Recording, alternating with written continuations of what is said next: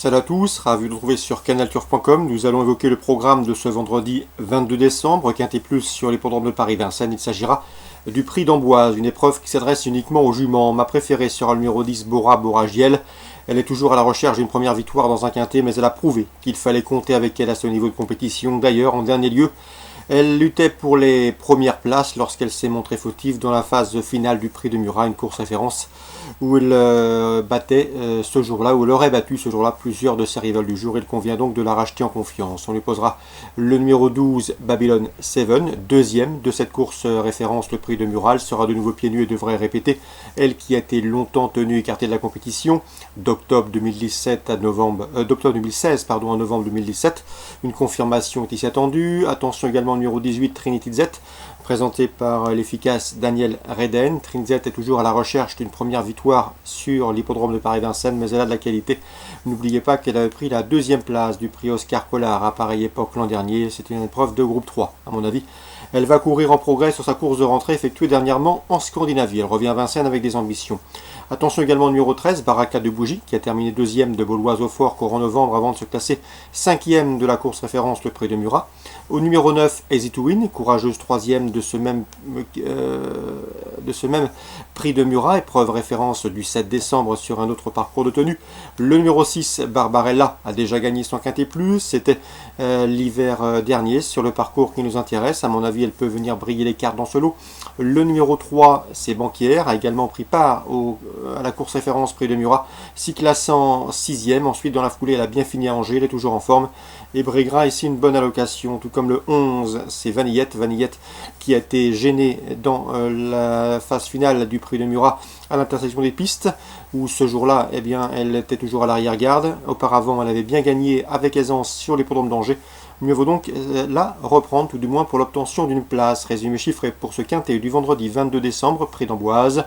Le 10, le 12, le 18 et le 13, devant le 9, le 6, le 3 et le numéro 11. Concernant la suite du programme à Vincennes, dans la première, j'aime beaucoup le 107 Caduceus Debo. Caduceus Debo qui a remporté ses deux dernières sorties sous la selle et qui devrait pouvoir confirmer dans ce lot.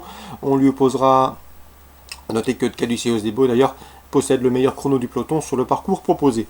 On lui posera dans cette épreuve, c'est Chablis d'Erfrel numéro 5 qui vient de s'adjuger le prix Joseph Lafosse, une épreuve de groupe 2, mais également le numéro 3, Corames, qui reste également sur un probant succès à Vincennes sur plus court. Le prix Emmanuel Barghouti, épreuve de groupe 2 pour la jeune promotion. On suivra avec intérêt le 303 Follow You, estimé par Sébastien Garato. Ce poulain affiche 3 victoires en autant de courses courues, à mon avis. Il ne devrait pas s'arrêter en si bon chemin. On lui associera le 5, Feeling Cash, qui a été disqualifié, gêné dans le premier tournant du prix Ourasi. Dernièrement à Vincennes, il trouve ici l'occasion de refaire parler de lui qui avait auparavant signé 3 probants succès consécutifs. Dans la cinquième, j'aime beaucoup les plus riches, le 516 Caprice du Lupin, récent lauréat à Vincennes, et le 517, 516 et 517, c'est Colt des Essarts. Le cheval est lui aussi au mieux, sera également pieds nus pour cet objectif. 517, 516, enfin dans la 9e, attention au 914, Estima Bella, c'est 3 courses en autant, 3 victoires en autant de courses courues. Elle effectue ses premiers pas à Vincennes avec de solides prétentions. On résume tout ça pour Vincennes, la première le 7, le 5 et le 3, la troisième le 3 et le 5, la 5e le 16 et le 17, et la 9e le 14. Concernant Pontchâteau en Réunion 3, dans la deuxième, je vous conseille le 216, c'est Cocktail Dynamite. J'ai bien aimé sa dernière victoire sous la selle, une confirmation est ici attendue. Attention également au 311, Business du Parc, le cheval est au mieux, on atteste ses derniers classements. Sachez également qu'il a déjà gagné sur le tracé qui nous intéresse.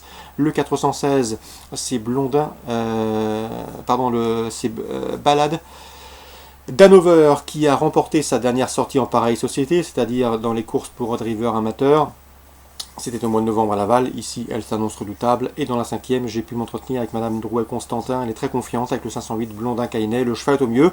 Auparavant, il était bien meilleur qu'à la droite, mais il commence à s'y faire. Corde à gauche, il a pris de la force. Et dans ce lot, on en attend un très bon classement. Et pourquoi pas lutter pour la victoire. D'autant que Sébastien Pasquier, son jeune partenaire, le connaît parfaitement bien. Donc attention au 508 Blondin Caïnet. L'entourage est très confiant.